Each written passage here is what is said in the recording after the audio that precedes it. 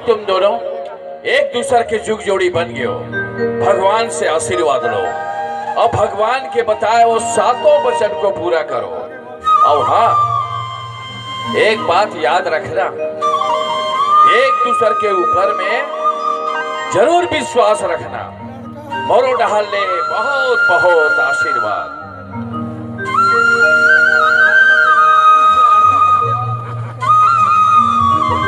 मंगलू, अरे मंगलू, मंगलू, ओ भैया फिर भट्टी को तो चलते रहे कारे। वो काहे सगामन की व्यवस्था है। महिला कमांडो मन घलोक तो नहीं दबावन सकते। वो मोल्ला तो नहीं होता दे रहा होगा। देख दुलारी है परदेसी लमन आके ले। हाँ भैया। आओ नेवथरी सगाबन अभी झरे घरों नहीं है। हाँ। जल्दी कर विदाई की तैयारी करो। हाँ भैया। भट्टी को दी झंझा में। ये गांव के केंद्र के जम्मू दाई दीदी भाई बहनी संगी जमुरिया सबो झला झारा झारा ने होता है। हमारी बेटी दुलारी की विदाई हुई बजात है। आप जम्मू झला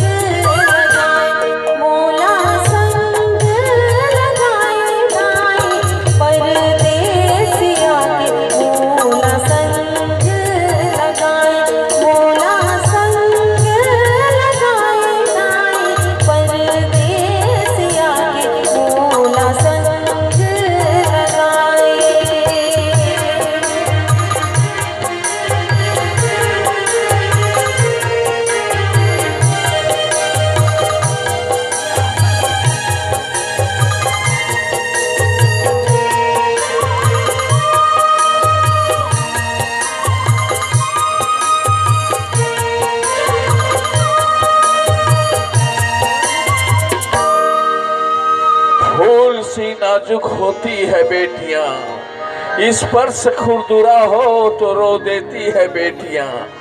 घर घर की शान और जान होती है बेटियां, किसी से कम नहीं दोस्तों। बेटा तो एक ही कुल को रोशन करेगा, दो दो कुल की लाज ढोती है बेटियां, दो दो कुल की लाज ढोती है बेटियां। बेटी पढ़ाओ, बेटी बचाओ, जय हिंद, जय छत्तीसगढ़।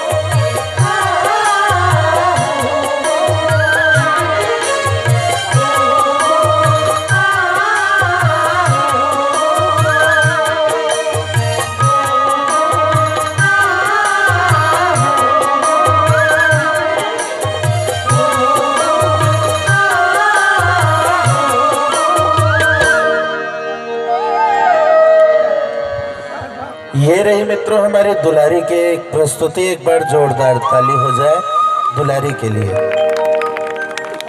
आप हैं अमर दादाजी, हमारे दुलारी के सृजनकार हैं, रचनाकार हैं।